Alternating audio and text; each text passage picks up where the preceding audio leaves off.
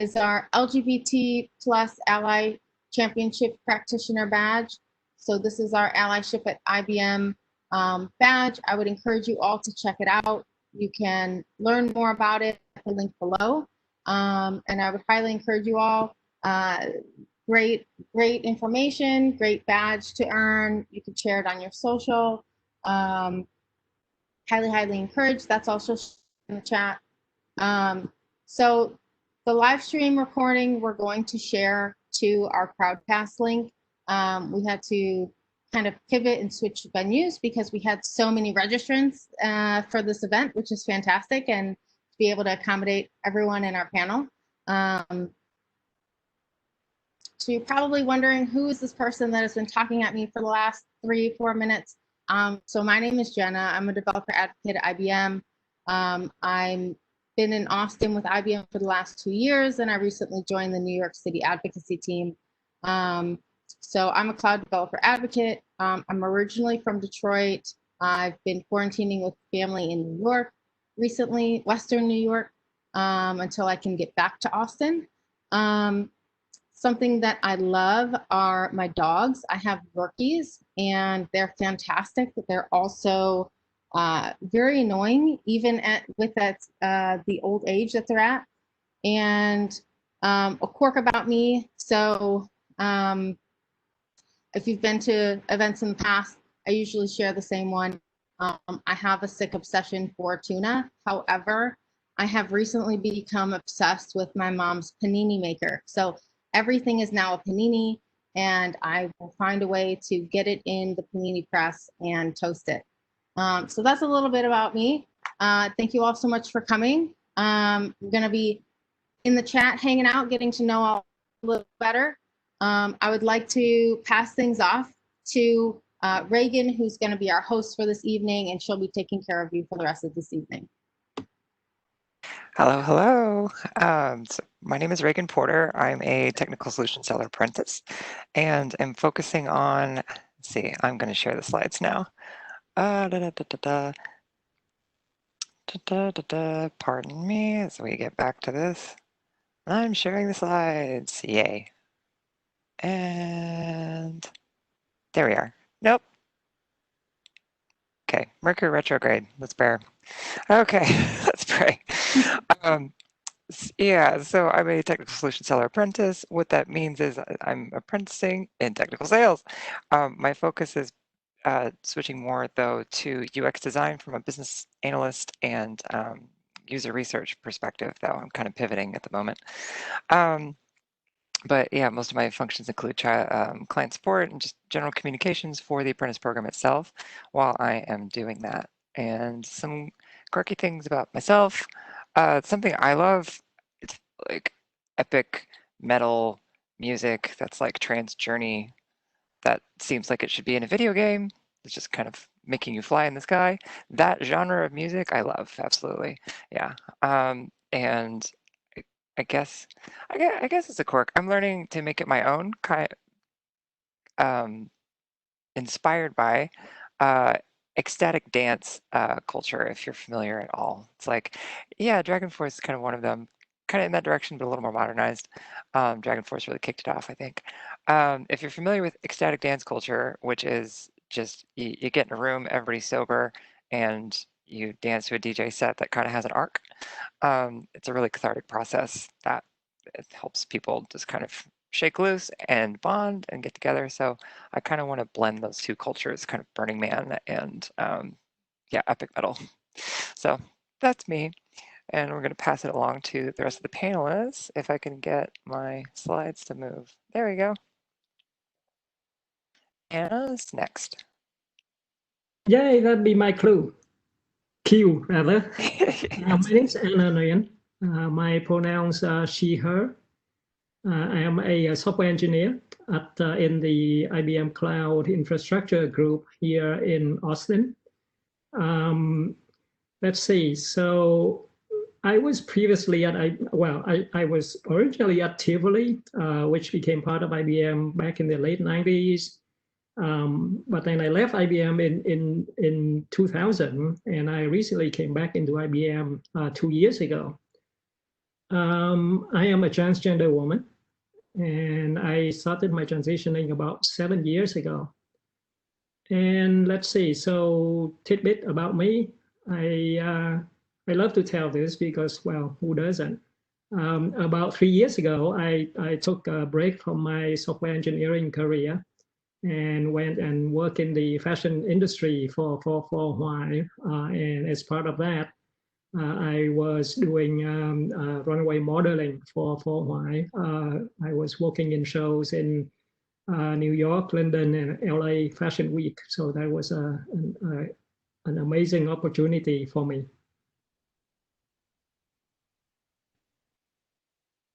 Nice. And up next, we have wonderful Caspian. That's me. I'm Caspian Gavin.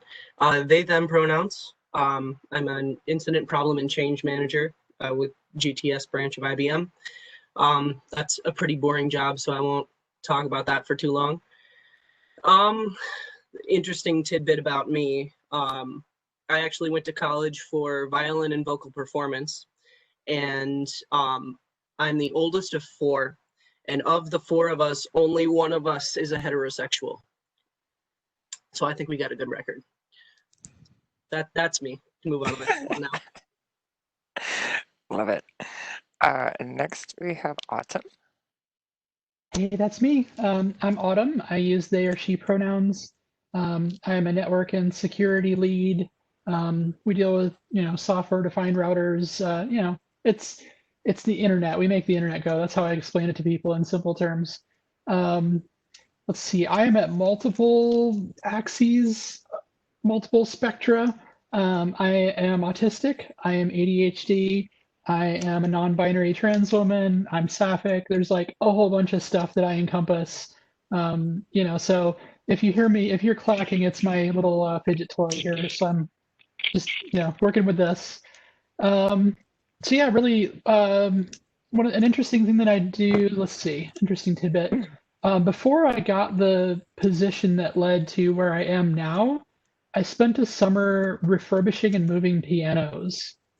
And moving a 900-pound baby grand is a unique challenge that requires a lot of teamwork and communication so that you don't literally crush somebody to death. So I feel like, communication is a little bit of a strong suit as a result. Fantastic. And next we have Tabitha. Hi, I'm Tabitha Rose. I'm a front-end developer. I work in cloud, build features, squash bugs. I prefer the building features part, but squashing bugs can be fun too. I'm a transgender woman. I figured that out about 4.5 years ago and started transitioning about 2.5 years ago. I just recently passed my the 2.5 year mark. There were some complications that slowed things up a little bit for those 2 years, but I got past them. One thing I love is telling stories, either to my kids at bedtime or other times. I love role-playing games, especially running them, and writing. The one book I've actually finished, writing it is what made me realize who I am. So that's me. I love it. And finally, we have Grayson.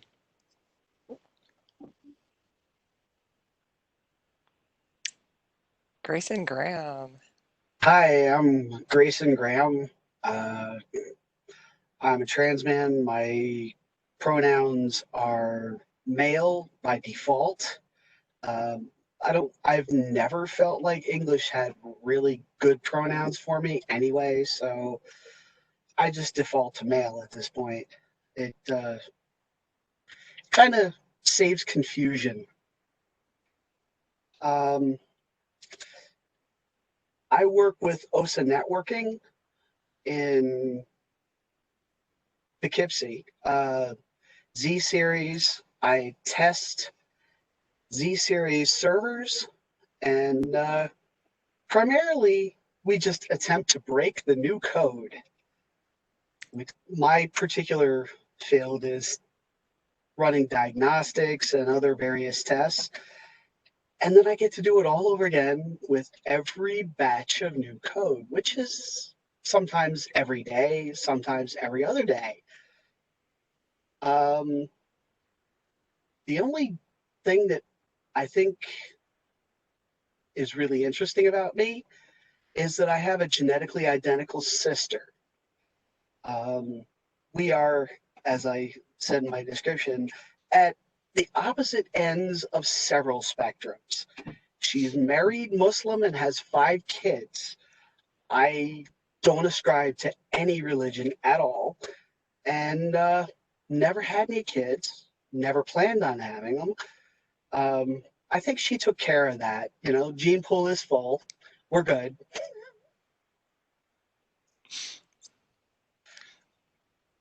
I love it. Thank you all for introducing yourselves. There are a few things we want to note before we proceed, just kind of setting the spirit of the space. And firstly, we just want to express our gratitude for the space and the conversation. Bringing our full selves to work maximizes our effectiveness in business. The data shows this, and this conversation is vital and valuable given the recent and arguably long overdue Supreme Court ruling that both people who are gay and people who are transgender are protected from sex discrimination under Title VII of the Civil Rights Act of 1964. This is a huge opportunity to deepen our understanding and empathy for people we may or may not share life experiences with, and to further empower ourselves to include not just others, but also our own full authentic selves in the workplace, whatever that is. I believe that this is the healthy future we all need so very badly in this time. And as a last very important note, it's really important that we acknowledge today that our panel is mostly white, and need to express that sincere attempts were made to invite more diversity into the panel, specifically Black trans women who suffer the most mistreatment by far in our society today, but no one came forward. And from this, we can suppose that either one, IBM has not included Black trans women in our ranks that we were able to engage, and or two, that Black trans peers do not currently feel safe enough to be out in such a forum like this one. And either way, we still have a lot of work to do to ensure that the human spirit is held sacred in our workplace cultures today and in the future.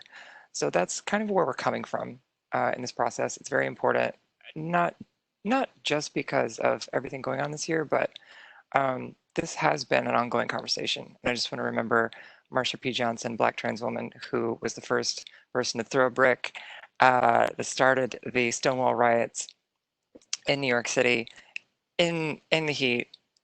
Way back, started the whole reason we have Pride today. Is it started with a protest against police brutality invading queer spaces that were peaceful and just wanting to live a good life, and that's still what we're doing today. So Pride is a protest, and here we are today. So moving right along, let's get started. I think this is back to you, Anna.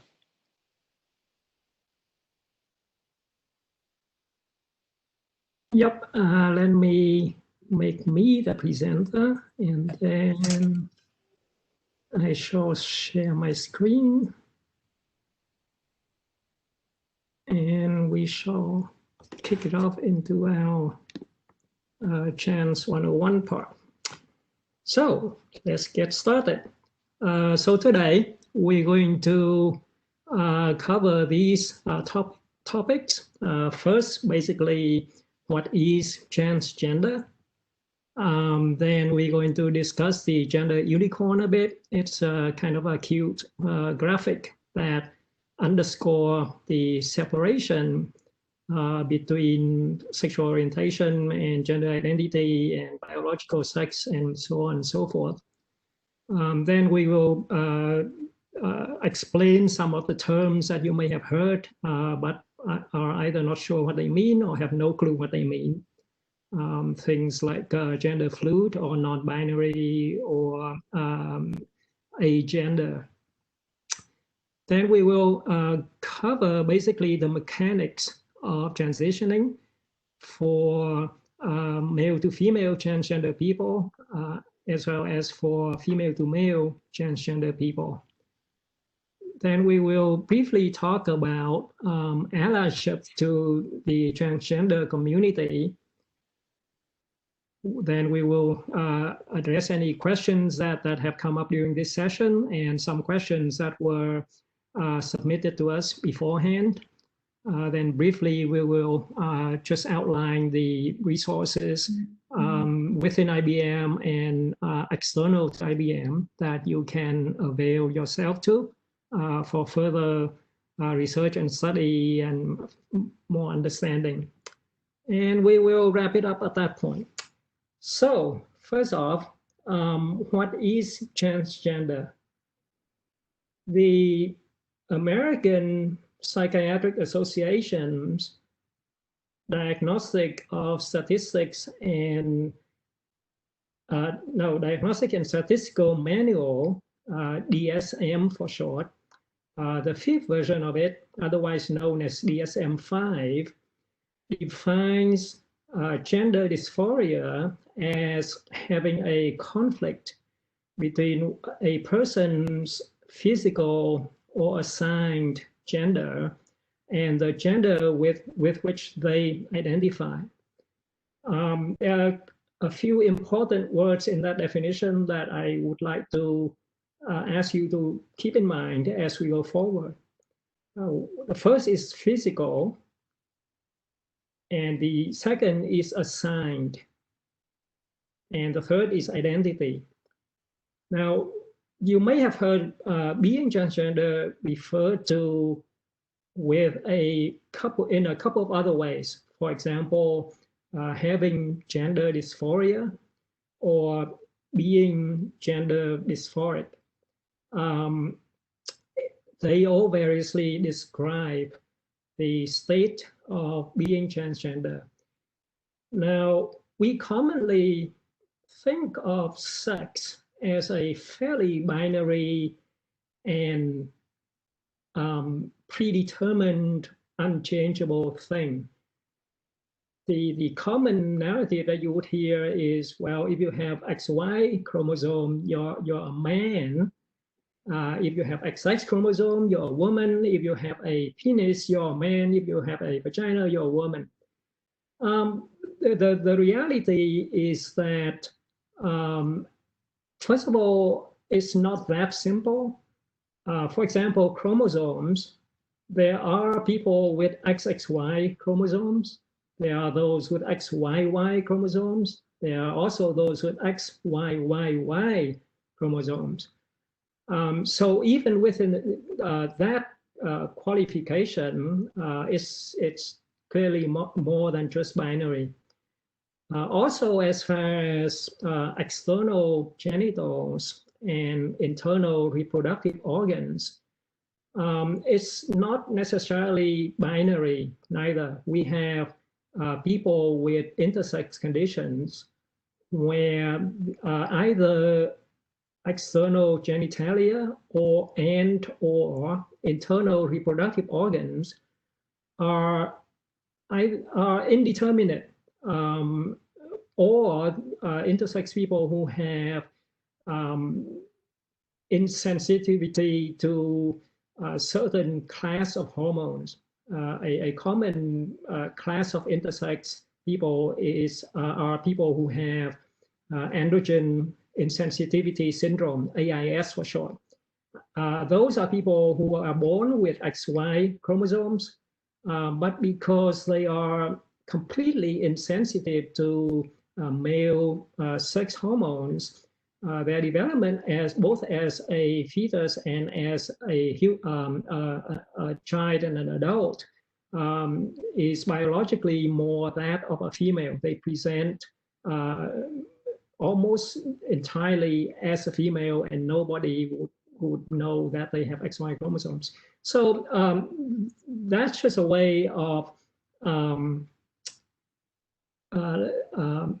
laying out the view that that sex as we know it is not only non-binary. It's non-binary. Now, so opposite of that, gender identity is what I call is described as the innate feeling that one's gender identity does not match one's biological attributes. The question is often, well, is that really a thing? How do I know I'm transgender? The thing is how do straight people know they're straight, or when do straight people know they're straight? When do gay people know they are attracted to people of the same gender? It's the gender identity being innate means that it's just something that's within me, that I have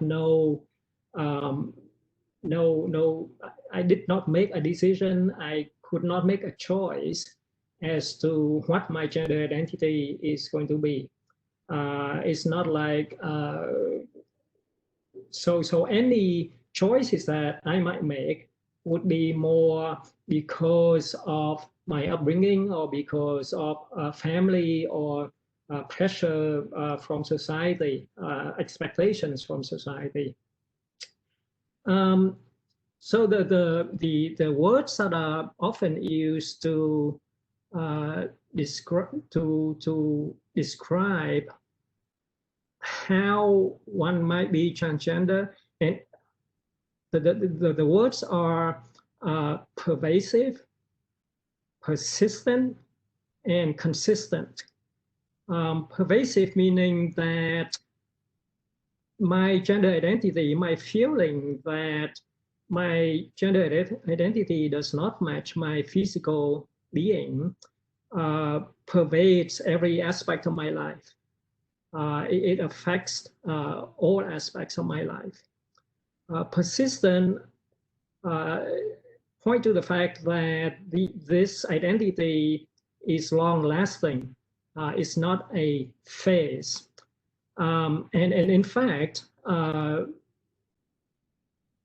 speaking of something being a phase, pervasiveness, persistency, and consistency are the words that mental health professionals use in diagnosis of children who are transgender, i.e. they don't have the knowledge or the vocabulary to declare that they are transgender, but by observing them, if they persistently, pervasively, and consistently exhibit behavior and sentiments that align with a gender that's not their birth gender, that's a strong indication that the child is transgender. So we had pervasiveness, persistency, and consistency. A child who is transgender would feel that way, and they would feel the same today. Tomorrow they would feel the same a month from now, a year from now. It doesn't change, i.e. it's not a phase. So pervasive, persistent, and consistent are the kind of like the benchmark that people look for in possibly ascribing gender dysphoria to somebody.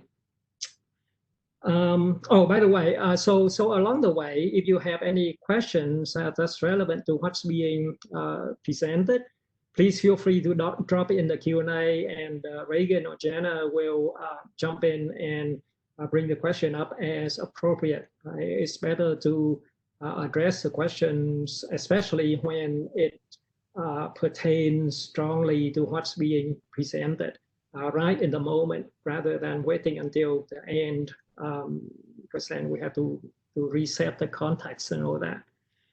We do have one right now. that just kind of popped up. Lindsay asked, is it possible for someone's innate gender identity to change during their lifetime? For example, would it be possible to feel innately female for years, but later at some point to start to feel innately male? Okay, I will answer this, and the panel would please ring in if you would like. So gender fluidity is a thing, just as we now understand that gender is not binary, and we are also beginning to accept that gender might not be fixed. Now, for the vast majority of people, gender appears to be fixed. Some 99% of the population is either this gender is either male or female, and they don't change throughout their life. But we are beginning to accept that gender not only is not binary but can change. And it's the same way as we now accept that same gender attraction, homosexuality, it's a thing. I mean, it's not a big deal anymore. Whereas once upon a time, that obviously that used to be something that's just frowned upon, something that's persecuted, and given a lot of hostility in our societies. So the same as with that, our understanding of gender has evolved. And so I guess the short answer is yes. It's possible that somebody's gender is not as fixed as most people gender is. Anybody on the panel would like to chime in on that? I think you pretty much covered it on that one. Okay. I mean, one thing I would say on that is that even if your identity itself doesn't change, your understanding of that identity can change. You know, I thought I was a guy until I was 50 years old, and I didn't. So my understanding of that changed the moment I knew I was trans. It's like, oh, that makes sense. So even though maybe the identity didn't change, my understanding of it changed drastically in a very short period of time. Yep. Yeah, definitely knowledge and awareness play a large role. For many of us transgender people growing up, we did not have the knowledge or the vocabulary to recognize our gender dysphoria.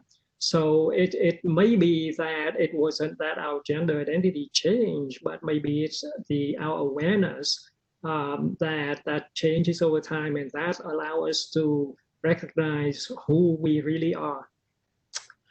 Then the next point, sorry, go ahead. No, I was just going to say real quick. Yeah, I knew I wasn't my assigned gender at 3, like actually legitimately at 3. I have corroboration and everything. It took me until my, early to mid 30s to actually take concrete steps about it. And I know of people that transition in their 90s. So, it's a lifespan thing. It can change in time. Yep. Yeah. I didn't even know that it was possible to be transgender. Well, I didn't know that there was a possibility of going female to male until I was like in my 30s. It wasn't, as far as I knew, it wasn't even a possibility until then. Yep, definitely. And sorry, mine's gonna be quick. Don't mean to cut you off.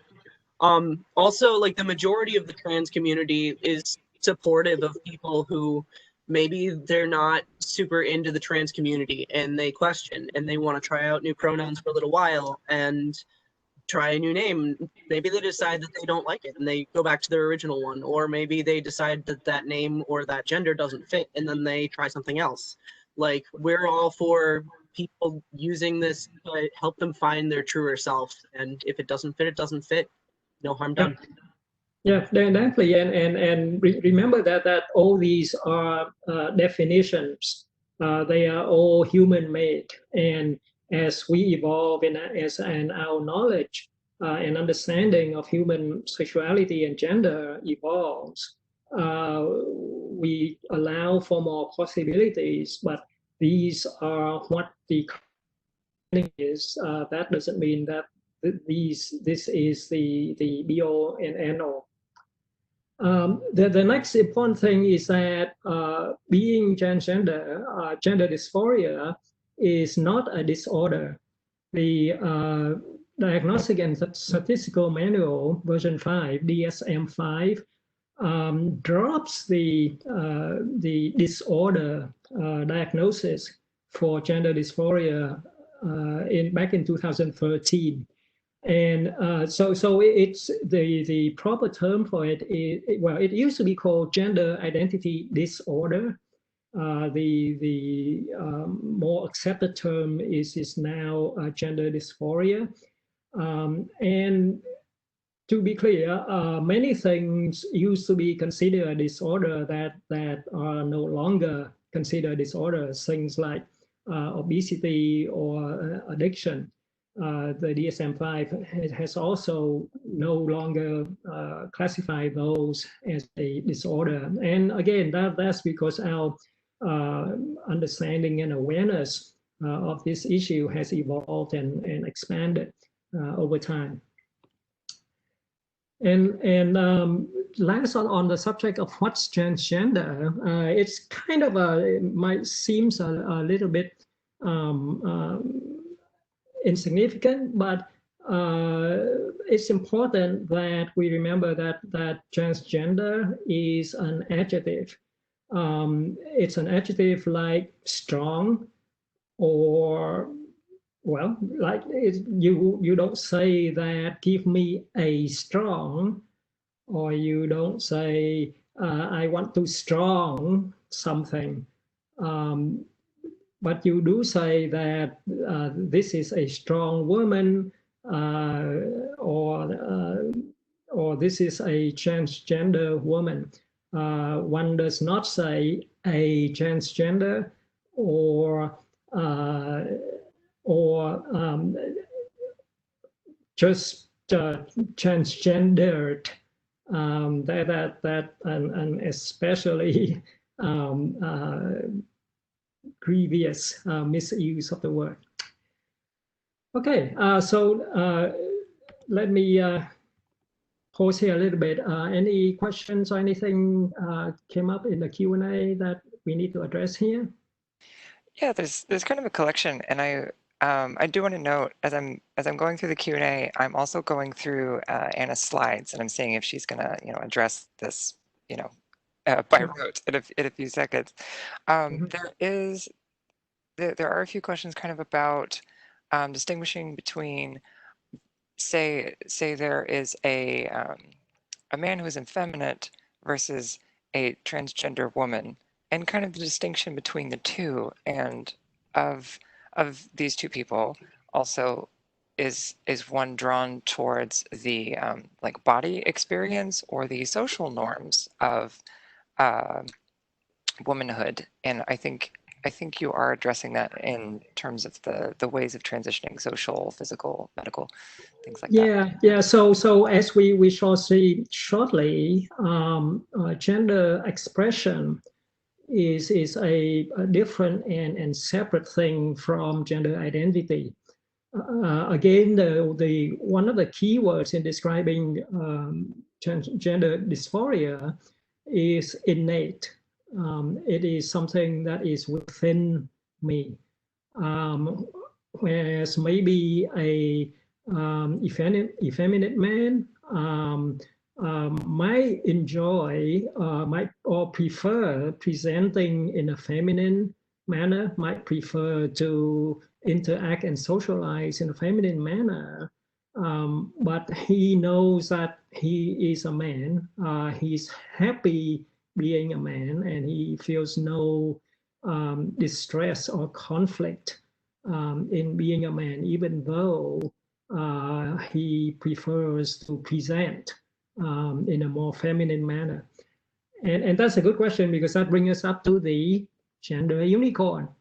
As you can see here, there are several categories, and they are listed separately, and that's intentional because each of these attributes is understood to be quite separate and independent of the others. So in the middle, we have sex assigned at birth.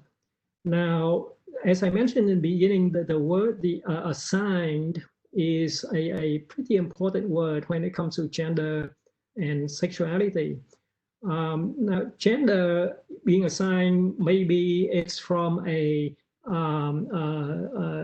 test during pregnancy where the chromosomes is determined to be XX or XY.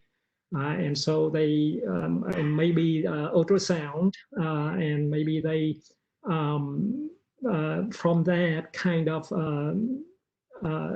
determine that the fetus is a boy or a girl. Additionally, when the baby is born, if sex hasn't been determined before that point, assignment of sex at that point is completely up to the medical professional assisting in the birth. And it's purely a matter of visual inspection. And it could be fairly random. For example, in cases of intersex people, an intersex baby might be born with external genitalia that is more indeterminate than the typical male or female genitalia, and that is at that point is completely up to the medical professional to make a best guess and to recommend some course of correction, which, by the way, is a big issue that's too big to get into here, but. That's just to point out that sex assignment is can be fairly random, and as we have already heard, chromosomes alone don't necessarily dictate gender. So the four categories we have here, we have gender identity, gender expression, sexual orientation, i.e. physically, whom am I physically attracted to? And kind of paired with that is the emotional attraction. Whom am I attracted to, not on a physical and sexual level, but on a emotional level. These are, we have come to the understanding that these are very separate and independent of each other. A gender identity is something that I feel myself innately to be. My identity is as a woman. My gender expression, in my case, also happens to be feminine, but it could be that I am a transgender woman who prefers to dress more in a more masculine manner, for example, or vice versa. There's really one doesn't dictate the other. And likewise, physical attraction or sexual orientation is also independent of that. There is a fairly common assumption that a transgender person's sexual orientation changes when they transition from one gender to another. But the fact is that it's still the same person. They still attracted to the same ideals as before. If somebody was attracted to feminine ideals before they transition, it's rare that would change. One way that I like to tell people to kind of distinguish between gender identity and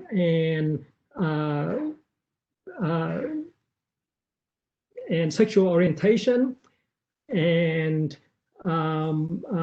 sex is that sex is what I go to bed with. I go to bed with XY chromosomes. I will do it tonight. I will do it tomorrow. I will do it next year. That's not going to change. Now, identity is whom I go to bed as. I go to bed as a woman. I used to go to bed as a man. And orientation or attraction is whom I go to bed with. So before my transition, I was attracted to these gender ideals. After my transition, I'm still attracted to those gender ideals. So to recap, sex is what I go to bed with.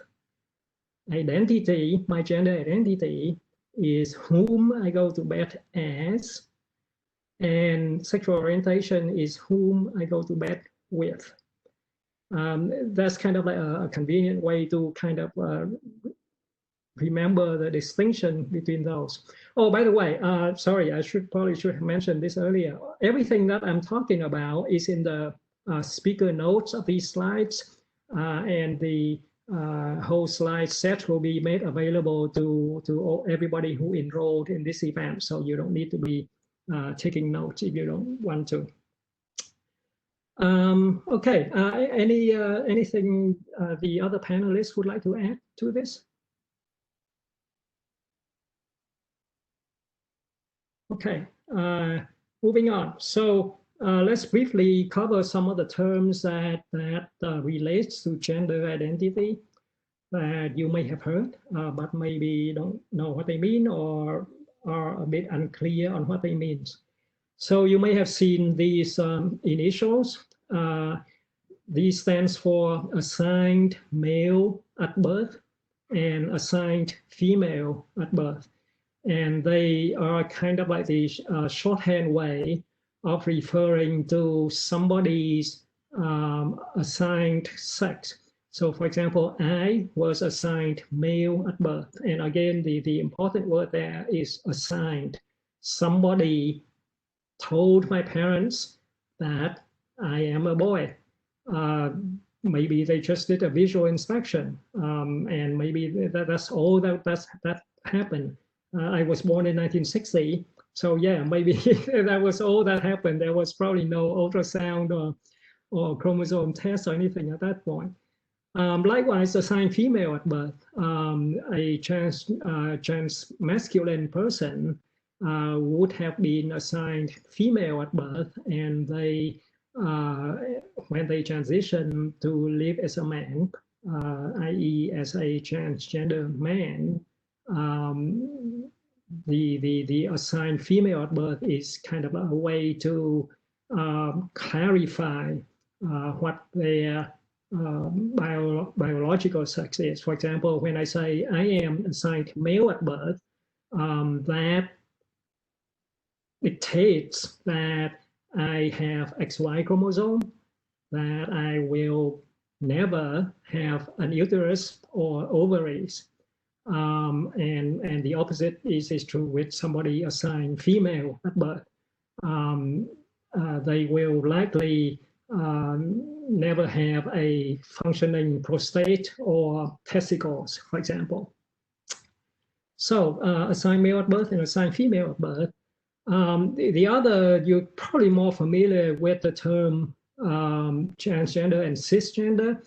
So a bit of clarification might be helpful in that trans and cis are terms that came from chemistry.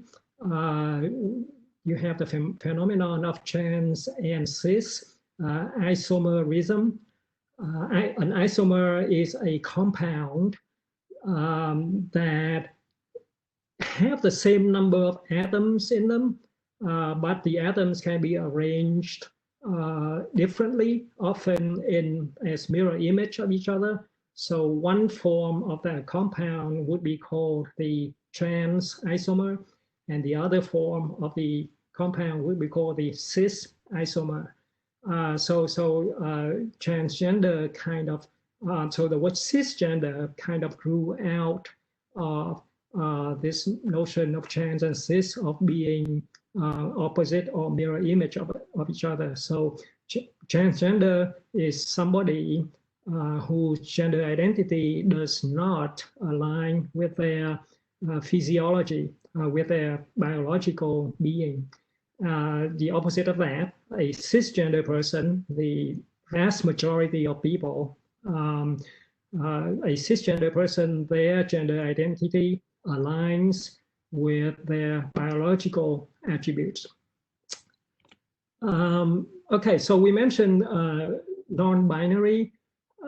As I touched upon in the beginning, sex is not strictly binary and neither is gender. The way I get my head around that is that I say, okay, there are 7.5 billion people on this earth. It's pretty unlikely that half of them would identify as male and the other half would identify as female. There's got to be some in-betweens, and maybe that's a really small percentage, but there are those who don't really feel completely satisfied or happy or content with a gender identity of strictly male or strictly female, and the terms to describe that is non-binary or NB for short. Sometimes you see it's spelled ENBY. It's just another way of spelling that. Gender diverse. So we kind of this is kind of an umbrella term to refer to the community that includes transgender people, that include non-binary people. It probably includes gender fluid people, and arguably intersex people also belongs in that under that umbrella. So gender diverse is just a general catch-all term, so that we don't need to say transgender because that kind of excludes the entire non-binary population. And we don't say just non-binary because then that excludes transgender people and maybe intersex people. We do have a kind of a question along those lines, distinguishing between, say, transmasculine and transfeminine as terms versus trans man, trans woman. Right. My thought is that this is more of a verb versus a noun, how one does versus a state of being. Could you kind of comment further on that? Sure. So I think so. Transmasculine is transmasculine and transfeminine are the for me is the adjective to describe somebody, whereas transgender woman or transgender man are the noun forms of that. So I would say I am a transgender woman, and I belong in the trans feminine population, for example. I don't think that I would. I think it would be incorrect to use either of those as a verb. I don't know if that answered the question. Panel, and any thoughts on that? Yeah, I was going to say I can actually expand on that a little bit. I think a really simple way to think about that is cardinal directions instead of destinations. So it's a matter of, like for example, my journey started out when I proverbially, metaphorically, built a boat, put my stuff on it, and pushed off into the ocean in a general heading. I didn't know what the name of my island was, and I still don't. But I knew that I had to get away from where I was, and I knew the general direction that I wanted to go in. So transmasculine, transfeminine, or even transandrogynous. There are probably other terms as well, but they speak more to general headings than to exact specific known points. Great, yeah, that's a great way to put it. I briefly categorize and describe the intersex population, I think I will not go into that much further here because that's a pretty big and heavy topic by itself. There are just as many issues and travesties with that population that needs to be addressed as with any other marginalized minority demographic. But the short of it is that an intersex person either has non-binary or indeterminate external genitalia or internal reproductive organs, and or non-binary chromosomes, and or reactions to sex hormones, such that it would cause their the development of secondary sexual characteristics to be not what is commonly expected. Lastly, the common term that we hear about is transphobia, but it's been recently pointed out to me that the more proper term is transnesia. Transphobia kind of imply a fear of something, as in claustrophobia, fear of small spaces, or agoraphobia, fear of open spaces or of heights.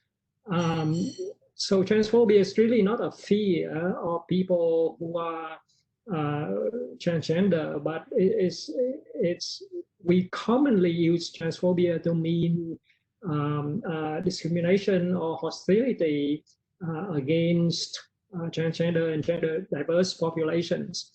So the more proper term for that would be transnesia, but I think transphobia kind of have a lot of intangible meaning in it that often it'd be easier to get the meaning across by saying transphobia. But maybe this group here, maybe this audience can be the beginning of correcting that usage. Okay, so next. Could you touch on just quickly gender fluid? There was a question on exactly what that equates. Sure. Anybody on the panel would like to tackle that? I mean, basically, it means what it means in that that a person's gender identity, we say that they are gender fluid when they don't have a so as Autumn used the analogy of setting out on a sea voyage to a destination, maybe she kind of knows in her general heading, but not knowing exactly what the destination is. In the case of a gender fluid person, maybe it's because they they don't even have a direction or a destination in mind. It's just that they want to not what they are right now. So maybe being strictly masculine today might be what makes them content. Maybe that's what gives them the least distress. But tomorrow or maybe next year, they may feel that being strictly masculine is not exactly what they are neither. And as we mentioned in passing, a lot of this is a journey and a process.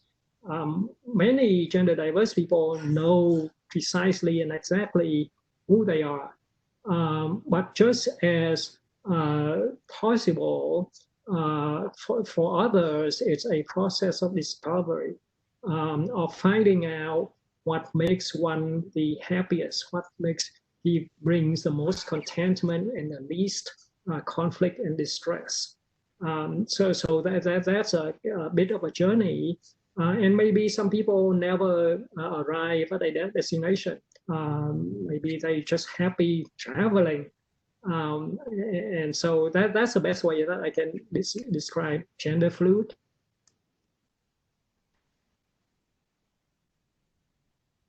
Okay. Okay, so the next big topic is transitioning. And after this, I believe we have how to be an ally to the transgender community, then Q&A, and then a brief laying out of further resources. So transitioning, what is it? So the transitioning commonly means making changes to live my life in a way that aligns with my innate gender identity. And it means many different things to many different degrees for gender diverse people. Not everybody transition the same way or to the same degree. Some people are happy just to make certain changes and go no further, and others need to make more drastic changes. So there are several kind of types or steps in transitioning. The first is usually what we call social transitioning. And this refers to the more, I don't want to say superficial because it's important, but it's more the kind of presentation. Things like for trans women, hair removal, maybe some changing manner of dress, maybe using a different name and pronouns, which of course goes for all transgender people, not just trans feminine people, and more or rather less invasive cosmetic approaches, such as for transgender men. The first step among the first steps in social transitioning might be chest binding, where the person would wear a very tight-fitting garment that remove or that gives the appearance of a person without breasts. And these may seem, like I said, may seem superficial, but it's actually a more often than not a pretty big step in aligning the transgender person's self-image with their own innate gender identity. So after some period of social transitioning, maybe presenting as the target gender, both in manner of dress and in behavior and mannerism, a person might proceed to medical transitioning. And this is what is commonly understood to be hormone replacement therapy. And it's a when a transgender person adopt a hormone regimen that bring their blood hormone levels more in line with the target gender. So for example, for a transgender woman, for me, medical transitioning would include testosterone blocker, which, by the way, happens to be the same pharmaceutical that is used to lower blood pressure. So bonus, I have low level testosterone and low blood pressure. it also include artificial estrogen because my body doesn't naturally produce estrogen. For a masculine person, for a transgender man, a medical transition would include administering testosterone.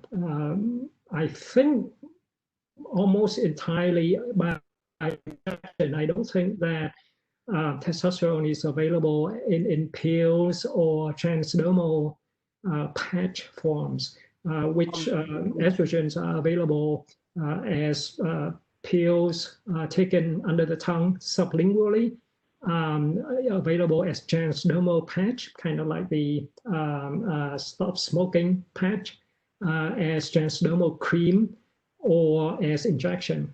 As far as I know, testosterone is only available via as in injected form. We've got some feedback. Okay. Go ahead, Grayson. Yeah, testosterone can be intermuscular. It can be subcutaneous. It can be, I think it's a cream or a gel. And I think there might be other ways, but as far as I know, you cannot take it as a pill. Okay. That's about what I can tell you. Good to know. Thank you. So again, people are different. So for different trans persons, the level, the dosage of these pharmaceuticals would vary, and the typical steps is that the endocrinologist would start with some baseline dosage for the person, and then after maybe 3 months or 6 months, I would go and have a blood test to check my blood hormone level, and depending on where they at, the endocrinologist would adjust the dosage of the testosterone blocker and the estrogen up or down until my blood hormone level is in line with a typical natal female, similar to myself in age and demographic. And by the way, the blood hormone level is one of the big sticking point in the participation of transgender athletes in the segment of the sport that matches their gender. For example, there is a big controversial thing about transgender women competing in track and field, or in basketball, or in wrestling, and likewise, it's a barrier for trans masculine, i.e., assigned female at birth, athletes in competing in intramural sports such as wrestling.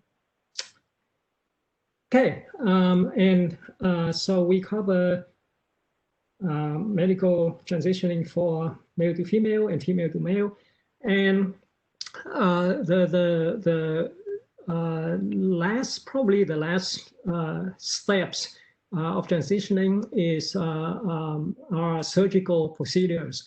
As I mentioned in the beginning, not every trans person transition to the same extent and via the same path. Some people would be simply happy they get just doing social transitioning, i.e. change manner of dress, change their presentation, change their blood hormone level, change their name and gender marker on official documents. And maybe that's enough to get them to a place where they feel content about their the alignment of their innate gender identity and their biological being. For others, transitioning will need to include surgical procedures. And for male to female transgender people, these surgical procedures are things such as facial feminization surgery, the facial masculine, the natal male facial structure tends to be different than that of the female, maybe more prominent brow bones or more prominent jawline. And there, the facial feminization procedures is to either de-emphasize or change those aspects a little bit. Other procedures might be relating to genitalia. This is commonly, well, it used to be called rather insensitively, I might add, sex change surgery. As we already mentioned, sex is not something that I can change about me. I will always have XY chromosome. I can not change that. I will never have an uterus. I cannot change that. What the surgery is generally called is either gender confirmation surgery, i.e. a procedure to confirm my innate identity, or gender reassignment surgery. Again, that's not so. That's not a preferred term, at least in my mind. So gender confirmation surgery for male to female individual would include, again, it could be in various stages. The most simple and straightforward might be what's known as auriculotomy, I think. So the terms refers to the removal of the testicles because that will remove one of the primary source of testosterone production. A further step along the gender confirmation surgery for male to female would be the what they call vaginoplasty, i.e. Constructing artificial feminine genitalia from masculine genitalia. Other non-genital surgery might include things like tracheal shave, kind of the reduction or removal of the Adam's apple. Some people have fairly prominent Adam's apple, and that might be one of those things that give people a lot of dysphoria about their body image. Okay, female to male procedures. So I mentioned before, one of the steps in social transitioning for female to male transgender people is chest binding. So one of the surgical procedures for female to male transgender people is double mastectomy to remove breasts. And generally, there is the option to retain the dermal, the skin area, and the nipples. But that's generally the first steps. The equivalent genital surgery for female to male tends to be more, let's say, more challenging. Basically, it's again constructing genitalia of the target gender for the person, and that's generally accomplished by skin graft and tissue graft. So usually an area of skins from maybe from the forearm or from the thighs, i.e. areas where there would be a large amount of tissue available, that would be used to construct masculine genital, female to male transgender people. I feel like that's a lot of stuff to throw at people. Anybody have any questions on that? I've got a few different questions. One I just got is, can you articulate kind of the term passing and what significance that is? Anybody on the panel would like to tackle that? Something we all struggle with. So. Yeah. Oh, yeah. Well, yeah. Somehow I actually passed at times when previous to any hormones or anything, just a change of clothing, and apparently the way I move changed at some point, because I had people following me into the women's bathroom, especially as I got closer to where I would consider, or to the point where I did consider transitioning medically. It just creeped me out to no end, being followed into the bathroom by people who felt like they had the right and the reason to do so. Yeah, it's definitely a common challenge for transgender people, and I might say more so for trans feminine people, for assigned male at birth transgender people, because I think generally transgender women tends to have fewer of the gender phenotypes, height, weight, width of the shoulder, narrowness of the hip, than trans masculine people, for example. It seems like testosterone works a lot better on any given body than estrogen. It depends. I mean, yeah, of course. Yeah. If you have a large chest, it is difficult to hide no matter what you do. Yep.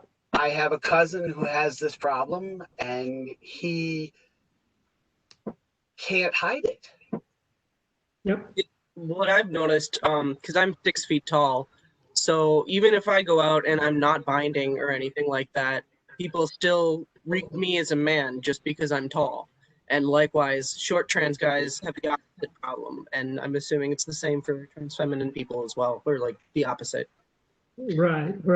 And the reason I brought up testosterone seems to work better is that this is obviously very anecdotal, but every transgender man I know, within months of starting testosterone, they would be like sporting this big, huge, bushy beard. so no, not necessarily. I know some guys who are very sad about their lack of facial hair. Okay, yeah, I imagine that's completely understandable, right? Because the men who struggle to grow a mustache, let alone a beard, so it varies from people to people. Yeah, I started off on a low dose of testosterone, and it took a lot to get to where I'm at, including an increase in testosterone. They haven't done blood work to determine my correct levels, but at this point, I'm going through my GP, and she doesn't know as much about trans people as the previous clinic that I was going to. Yeah, I have similar issues. A lot of the times, like, if you find a good doctor who knows what they're doing, they like change where they're working, or your insurance changes, or something happens and you had one good doctor one time, and then you, like, as a non-binary person, I basically went into all of my doctor's appointments and told them what they were going to do, because they had no idea. Even the ones who knew what they were doing had no idea. And I've had my levels taken once when I got put on it. I've been on testosterone for 3 years, and you're supposed to get it done once a year. Yeah, definitely there's a very uneven awareness and knowledge within the medical community of how to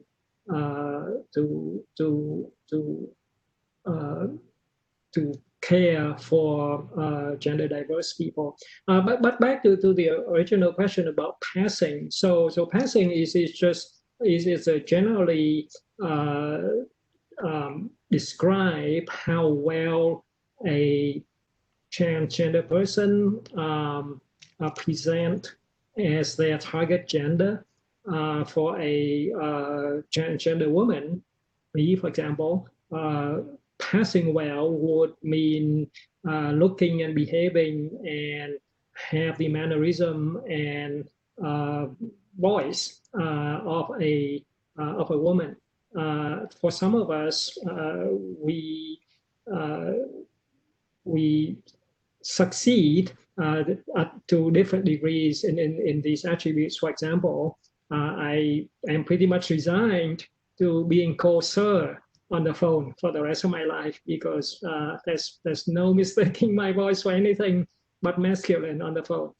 For other people, maybe it's their height, maybe it's their weight, maybe it's their width, or as Grayson mentioned, their chest. But basically, passing refers to the ability of a transgender person to present as a target gender. I'd like to add, I mean, passing is also, like so many things, it's not binary. Sure. Yeah. Yep. Like, I'm in Austin. People are pretty cool about this stuff. I assume that most people never know this, that I'm trans, simply because, in casual interactions, because I don't get misgendered. People in person, I've been misgendered by strangers twice, and both of those were maybe, one was just by voice early on, and another was, I'm still not clear on if he really said, what he really said. But, other trans people almost certainly notice right away, because they know what to look for. But I'm also protected by something I read about once called the middle-aged woman invisibility field, where people just don't pay that much attention to middle-aged women, so they're not looking at me closely. And so it's handy. My goal is not passing. My goal is actually visibility. I want people to know that I'm trans and that it's normal and it's fine. But it is handy so that I don't get, bigots being jerks to me in public. So, there's a lot of mixed stuff around passing. Yeah, there's definitely a lot to unpack with passing. Not the least of which, passing isn't necessarily a privilege, because for the first 30 years of my life, I passed as a boy and then a man. And, now for the most part, I pass as a woman. People assume that I'm a woman in public. And that's comforting, and it's nice to be there. And I'm not going to try to go too far into queer theory 200 level, but it's not necessarily where I want to be either. I mean, I really miss having a beard, and there's a good likelihood that I might bring a beard back at some point.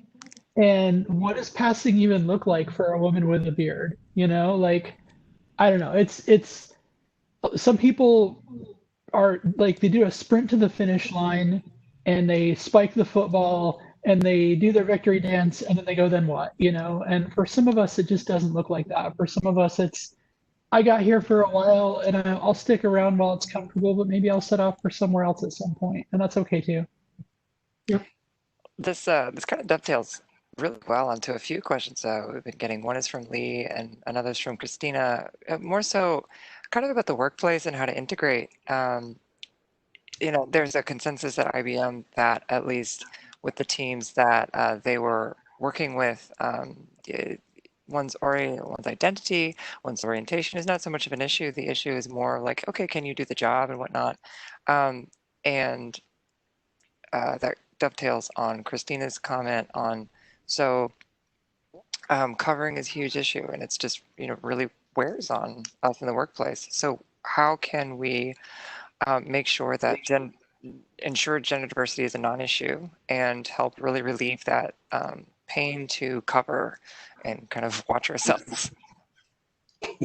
Sure, that's a good question, and that's a great segue into our next segment, which is for allies, general guidelines on what to do and what not to do to support the gender diverse community. Now, this is going to be somewhat superficial coverage of this topic, because allyship is generally something that I do as a whole presentation by itself.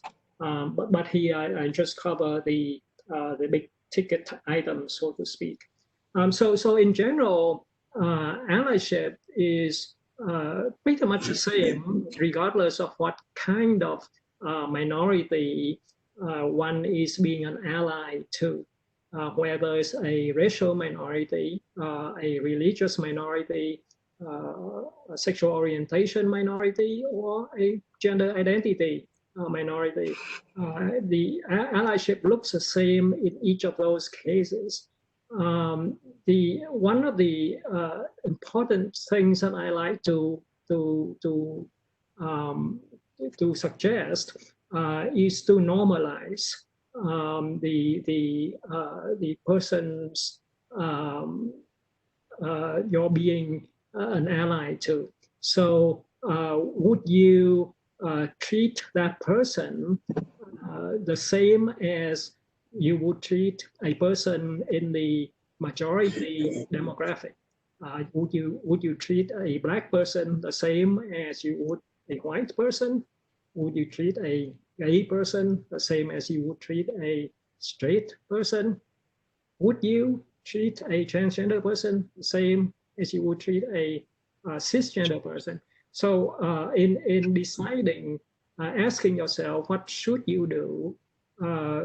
The basis for deciding that would be to normalize the situation, i.e., when you're dealing with an oppressed or ostracized minority, ask yourself, would you deal with that person differently if they were of the majority demographic? So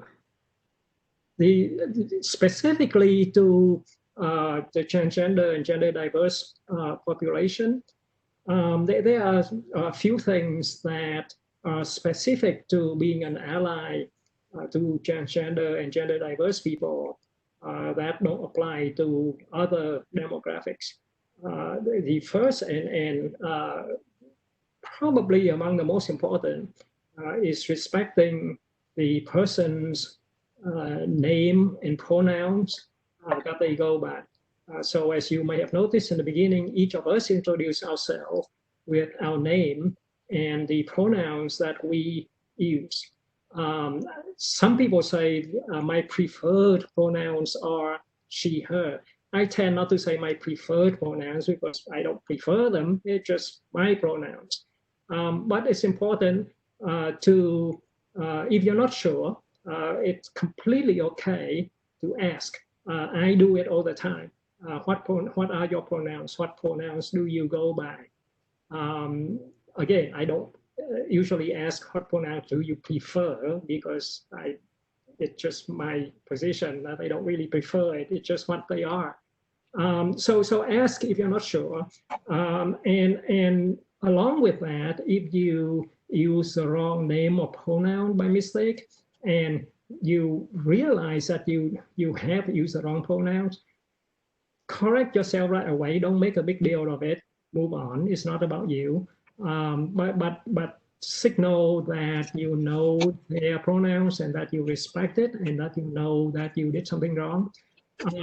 Now, for example, if you do something like I do sometimes, I use the wrong pronouns and I don't even realize it until several sentences down the road.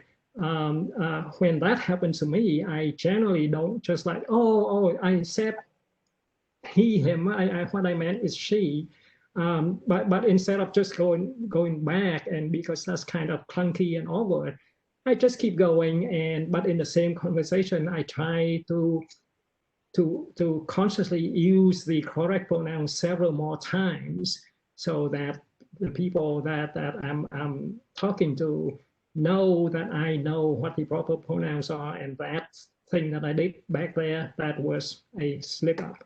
And generally, I think transgender people, gender diverse people, those who don't have obvious pronouns, appreciate the effort. And also, the flip side of that is that don't beat yourself up if you're having a hard time getting the pronouns right. Because, for example, my family have known me 50 plus years as not a woman. So when I transition, it's completely understandable that they would mess up my pronouns now and then. If you have people, if transgender people have people in their life that have known them for a long time as not who they are right now, and so it's understandable that people would slip up now and then. So that goes for both sides, right? For allies, don't beat yourself up if you make a mistake, and for gender diverse people, don't make a big deal of it, because we have thought about this gender thing for most of our lives, but the people around us, they haven't. For example, if I just came out last year, they've only known me for a few months as Anna. So it would be probably unrealistic for me to expect them to get everything right away. If they use the wrong pronoun maliciously, and well, that's a different story. But really, name and pronouns, important stuff. We do have a question about how to approach the subject of transitioning with one's manager or team at work. And as a follow-up, can the same tips apply when one is interviewing for a job, interview specific tips, things like that? Sure. Actually, this is probably one part where I think the collective anecdotes and experience of the panel would be valuable, I think. Anybody wants to chime in on that? Where's my mouse? Yeah, I transitioned on the job at IBM. I was a contractor when I started my transition. My manpower manager was like, "Oh, do you want to have a meeting with everybody?" And he was all gung ho, and I was like, "Whoa, slow down. Let's get IBM in on this too, so that everybody's on the same page." And it took a while for my IBM manager to get everything she needed to get everybody in my team educated on what their expectations were, or what the management's expectations of them were, that they would be using correct pronouns, correct name, all of that. That's how IBM does it. They're very supportive, but I think they really should have it as something that new hires do, learn about transgender people rather than all of a sudden, oh, you've got somebody on your team? Well, then we'll have to do the education for your team. Just saying. Yep. Anybody else? Yeah, I transitioned to my previous job, not at IBM, but I'm glad that IBM has all these procedures. You know, when I came on board, I reached out, found the appropriate contacts here, which I believe we've got them on the list somewhere who to reach out to in HR. Just to let them know that, hey, I'm trans. But at my last job, they weren't as organized. I was the second person ever to transition at that company. And so it was just a matter of, I talked to my manager, I talked to my HR person. I didn't go and ask permission or anything. I just said, hey, by the way, I'm going to be coming to work. I'm transgender. I'm going to be transitioning soon. I'm going to be coming to work as me. And it went really well. But, I'm the one who sent the email to my team and told them what was going on. The people I was close to, I went out. I took a couple of people out to lunch, tell them individually. I reached out to a couple other people. I was client-facing at the time, and the clients I was really close with, I set up a call with and explained, hey, this is what's going on. And even though overall the company had some issues with supportiveness there, all the people were amazing. Everyone supported me. Got people using my old name or misgendering, usually talking about things I'd done in the past, very few times, but every single one of them just apologized and moved on, like we discussed doing. And it was a pretty awesome experience. But I'm still glad to know that IBM has a little more formal stuff behind it to help people out in case they have, just in case their team needs a little extra. Yeah, I'm very impressed with how what the kind of effort that IBM has put into the diversity and inclusion sphere. At the end of this presentation, there's a whole list of resources within IBM that one can go to as a transgender person to know what to do to transition on the job, and also for managers and allies to educate themselves, to find more information, to help a transgender person start their transitioning on the job. And all these resources are available within IBM, and I find that really impressive. Yeah, this is really great. There is a clarifying question about articulating whether or not most of these points are from a United States perspective, and thoughts on how the norms differ based upon your geo, your country norms there. Right. Yeah, that's a great question. Unfortunately, the Western sphere is a lot more hospitable to trans and gender diverse people than some other locales. There are many places where IBM does business where, well, forget about being transgender, being gay is still a criminal offense. So some of this is, or rather, I would say that the theory behind being transgender, for example, or the steps in transitioning, I would say that that's generally applicable everywhere. But certainly, as far as the effort and the steps in being an ally, for example, to the LGBTQIA plus community or to transition would be different and more challenging in other locales. Sure.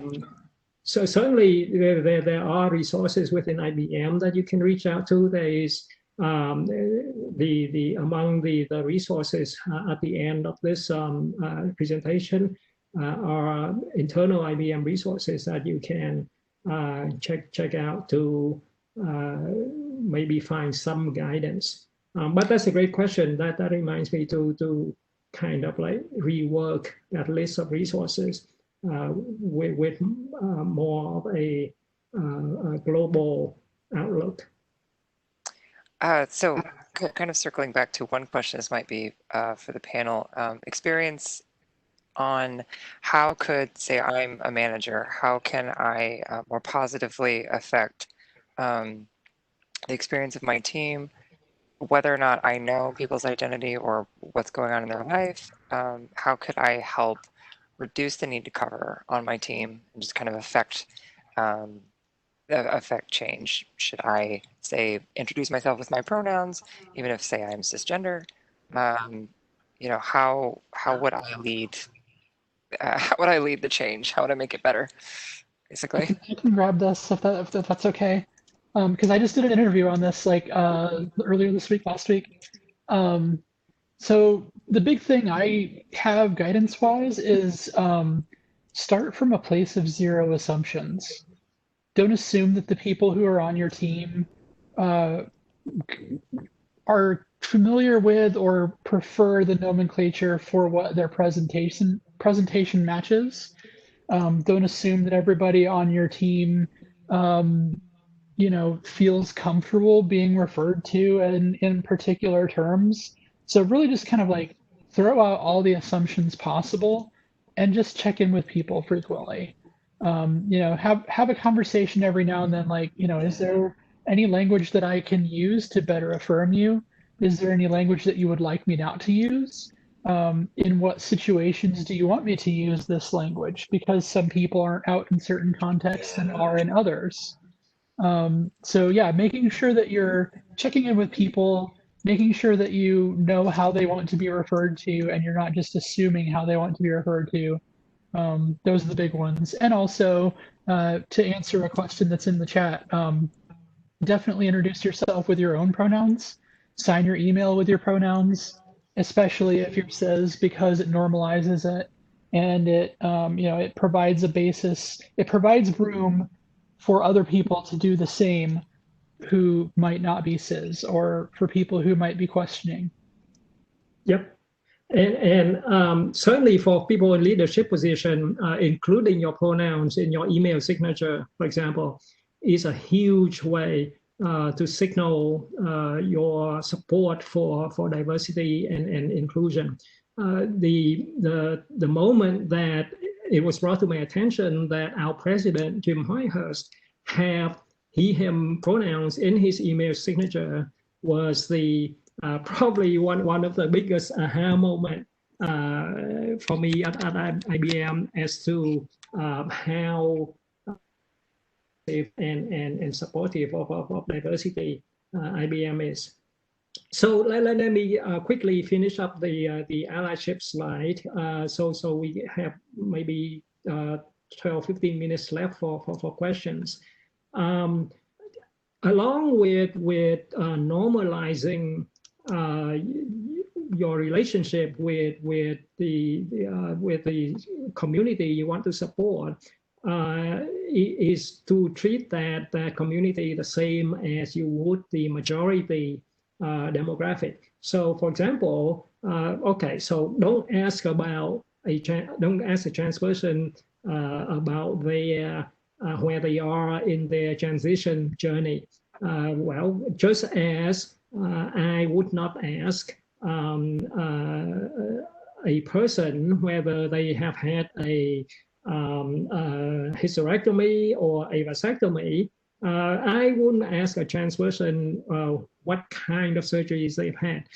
These are the kind of information that you should feel honored that if somebody share it with you, but it's not the kind of thing that you should ask a trans person, just as it's not the kind of things that you would ask a cisgender person. So by normalizing the relationship, not asking a trans person something that you would normally not ask a cisgender person is a good place to start. And a subset of that is don't ask about transition status. Okay, so that's about it for my presentation. These things always go on for so long because this is such a big subject. But let's address some questions that the audience may have, and also questions that have been sent to us previously. A few that came up kind of specifically that I can kind of gel together is one is, do we have any experiences kind of reconciling our identity with spiritual beliefs that we had? Did those change or evolve? An adjacent one is for those who were in partnerships, like personal relationships before, during, after transition, how did those change? Were there any fears there? So relationship to partner, relationship to spirit, things like that. Anybody? I can address. Oh, sorry. I can address the partner one. I'm married. We're separated because, you know, and this is not the only factor, but it's a big factor in it. Whatever happens, though, she totally supports me and is, you know, 100%, you know, never tried to stop me from transitioning. She let me know from the moment I told her, which, like, one, you know, I had this light bulb going off moment, realizing I was trans, and about 15 minutes later went and told her, you know, 'cause that's just the kind of relationship we have. And, you know, her first things out of her mouth was, well, whatever you decide to do, I'll support you. And we have a lot of this was just one among many stresses going on in our lives. You know, we also adopted a child. But I know that no matter what the final result of this is, that, you know, we're still going to be a team and going to be great co-parents. We back each other up all the time. You know, not all couples are that lucky. I know some people who their marriages have completely fallen apart. I know other people whose marriages actually got stronger, or other relationships got stronger. In some ways, I think my relationship with my wife might be better even if we end up apart permanently. I still think it's the relationship itself is probably a healthier, stronger relationship because I'm not lying to myself and her all the time now. And it's hard to have a good relationship with someone who's hiding a huge chunk of their identity from you. Yeah, I have a little bit on that. And this is going to be spicy because I'm autistic, I don't place a lot of value in default anything. So the value proposition for being cis or heterosexual or having a single partner in monogamy, those value propositions don't really add up for me. So I've never really opted into those systems. So I'm in a poly relationship. I'm dating a woman. We've been together for off and on for like 6 or 7 years.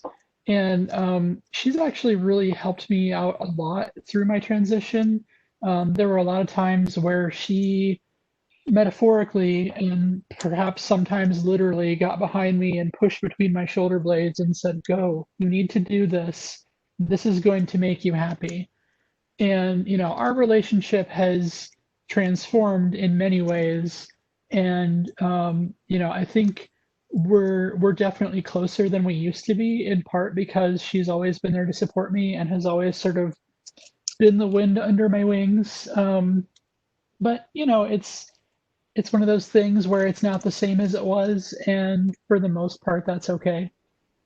And it's the same way with me for religion as well, because you know, I found a long time ago a religious approach that works better for me than the you know, standard Western Christianity. So I'm Unitarian Universalist. Big ups for anybody else who has.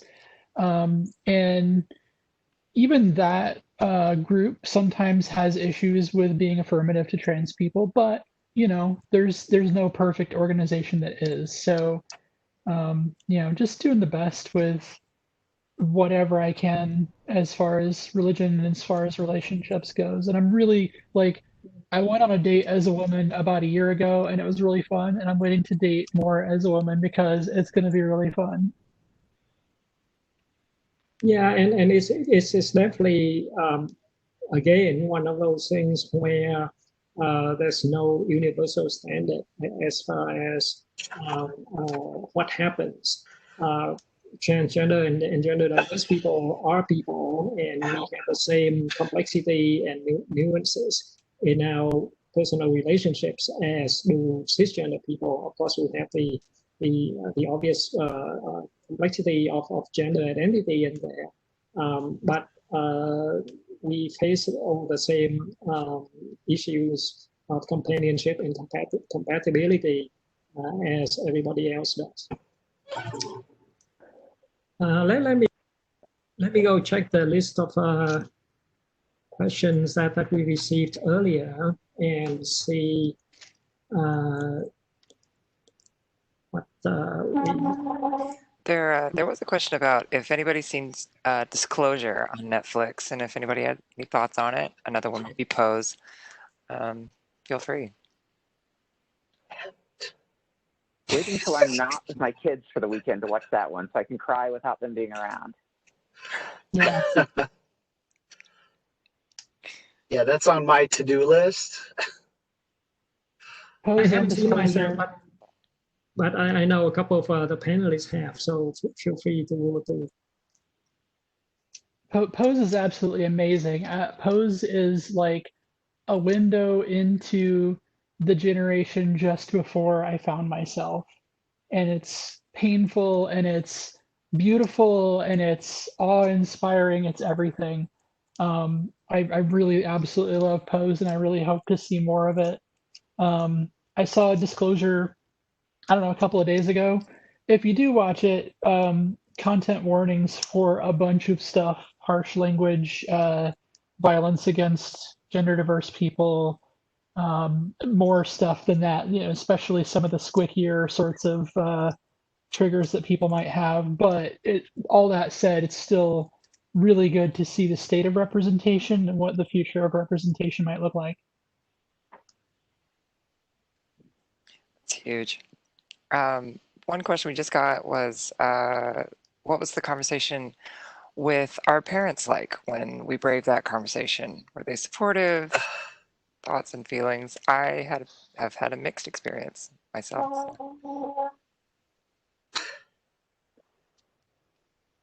I have kind of a funny one, so if you guys got some heavy ones, we can end on me.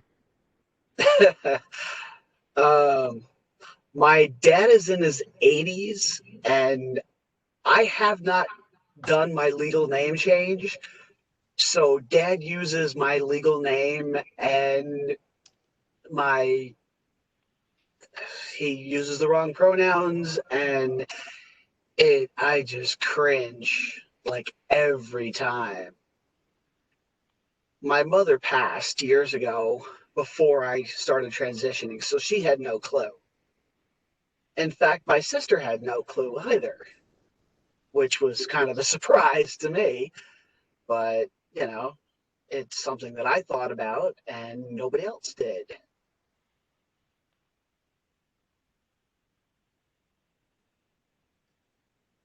Nice. I'm gonna go last. I just don't know if everyone wants to share because this can be kind of touchy. So it is a very sensitive question for everybody to know and understand that who's listening.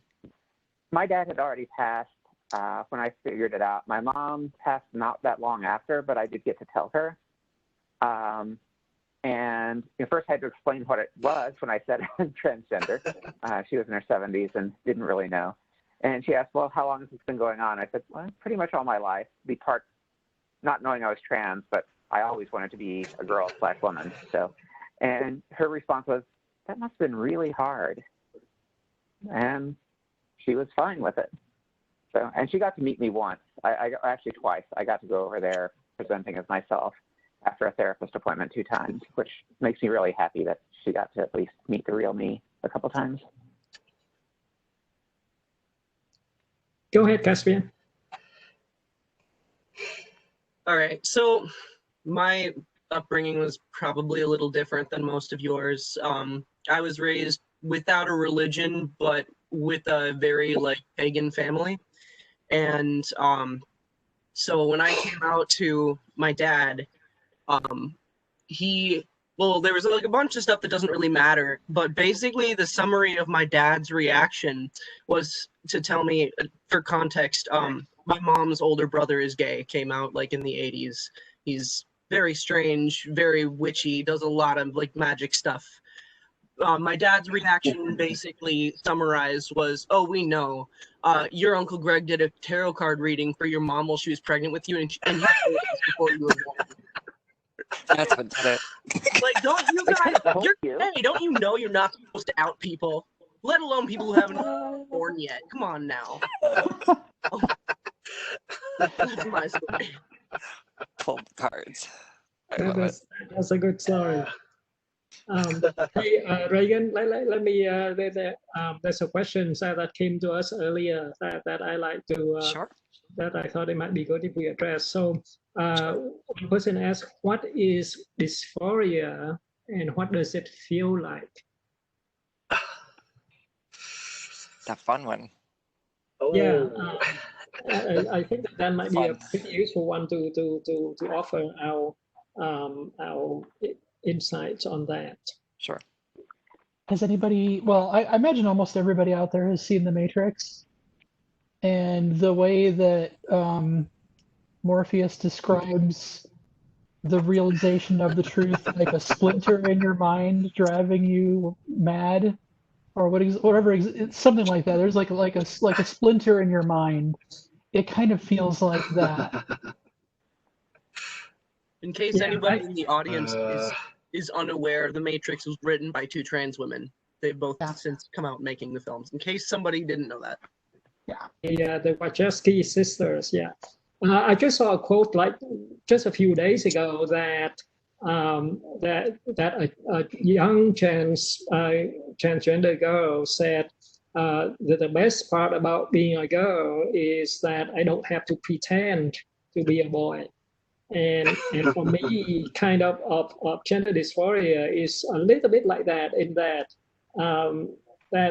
that there's some conflict and distress for me in having to present and behave in a way that doesn't feel right to me.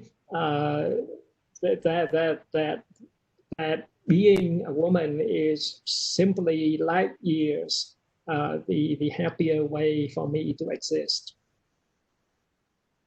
See, also autistic people having to pass as neurotypical, but that's a whole different topic. Well, actually, that's also one of the questions that came to us, and that is, why is being transgender, and would you please excuse the phrasing here, why is being transgender and having mental illness often correlated? Yeah. That's because at one point they were like, ooh, you don't identify as what's between your legs. You must be sick. Yeah. Going through a whole life of that will do a number, I think. Yeah, it's very depressing to be forced to be what other people think you are rather than who you know you are. Yeah, I was going to say, I'm also sorry, Autumn. I'm also from a pretty small rural area, so like me, well, I'm agender, which is neither gender, no thank you. And so there's no such thing as passing for me, because what does that look like? So I'm kind of always anxious in public because there is no passing that I can do that makes me comfortable. So I'm always worried how people are going to perceive me and how they're going to react to me. So my anxiety is really bad for other reasons as well. But the being trans really aggravates it because you never know what people are thinking. You never know what somebody's going to do or say. And there's always that sense of watching to make sure you're not in a bad position too. Like, Yeah. Yeah.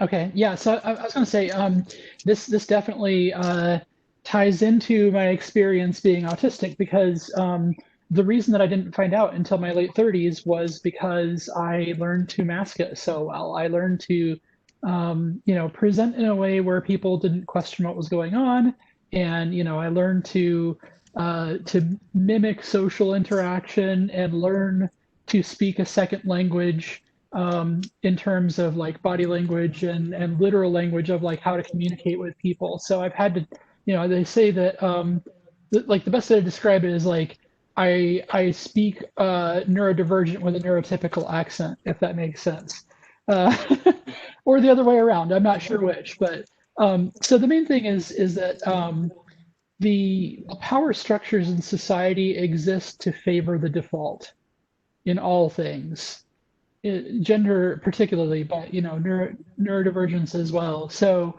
we live in a society that anybody who is not the default for some reason is othered, and experiences adverse experiences throughout their childhood and throughout their adult life as well. And those adverse experiences are what are more strongly correlated with quote unquote mental illness. So, I'm autistic, I'm ADHD. Those are parts of my brain that were put in iron as soon as I was born. Those are immutable traits. The fact that I am anxious and the fact that I have a depressive condition that we're still trying to figure out, those are the result of growing up and living in a society that favors the default, which I am not. Yep.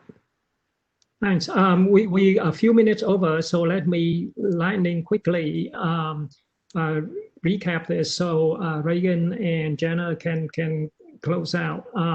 Here are a list of links and resources, all within IBM. As I mentioned, I was so very impressed when I found these, and they're really accurate, up to date, and very extensive. So we will share the recording of this presentation, which will include these slides, and then of course these links to these resources within IBM. There's some stuff outside of IBM that I include that I think would be really, really useful as well. So with that, let's see, how do I, so with that, Reagan, would you like to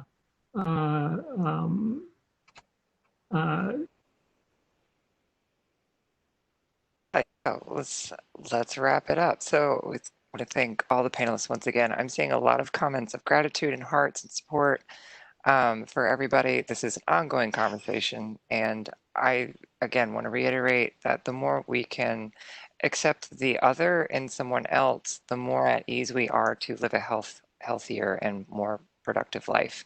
That's definitely been true in my journey, and it's continually been reflected outwardly. So I'm immensely grateful. I feel a lot better about myself after spending this time with everybody. This is being recorded, will be shared externally, I believe, through Crowdcast, and there are resources for further education at the bottom of the slide deck that is also going to be shared. If you want an IBM official legit point of contact for like LGBT global D&I stuff, Ella Slade is your contact. She's based in the UK and she's absolutely fabulous. When I asked my manager, Yes, basically, can I exist in this company?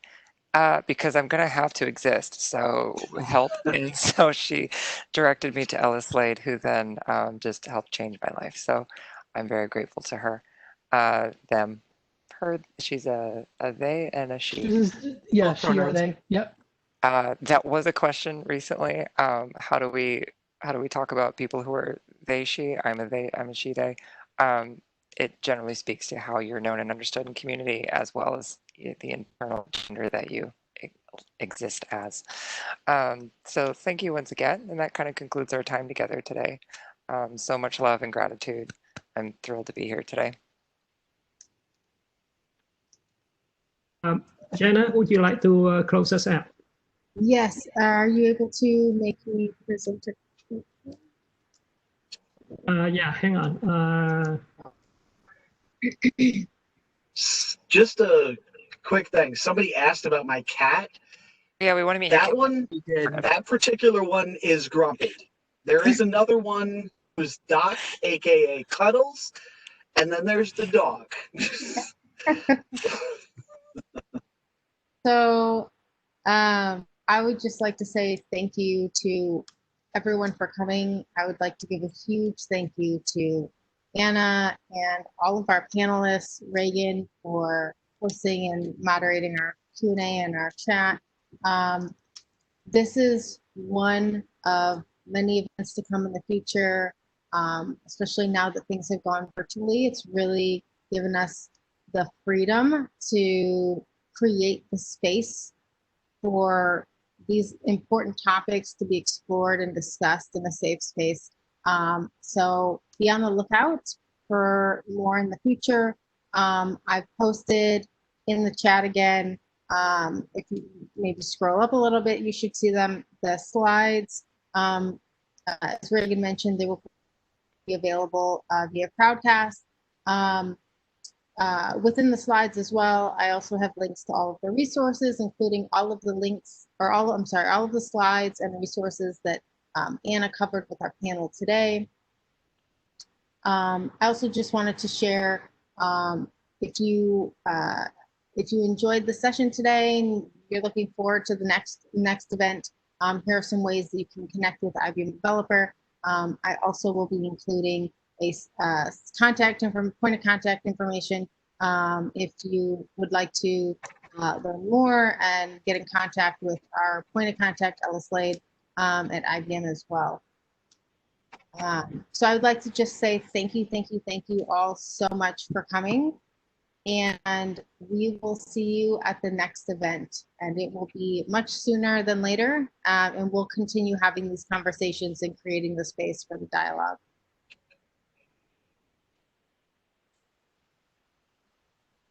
Bye. See you around the shop. Bye. Thanks, everyone. Bye. Thanks everyone for watching. Happy Pride. Happy Yeah, Pride, happy indeed. Pride, y'all.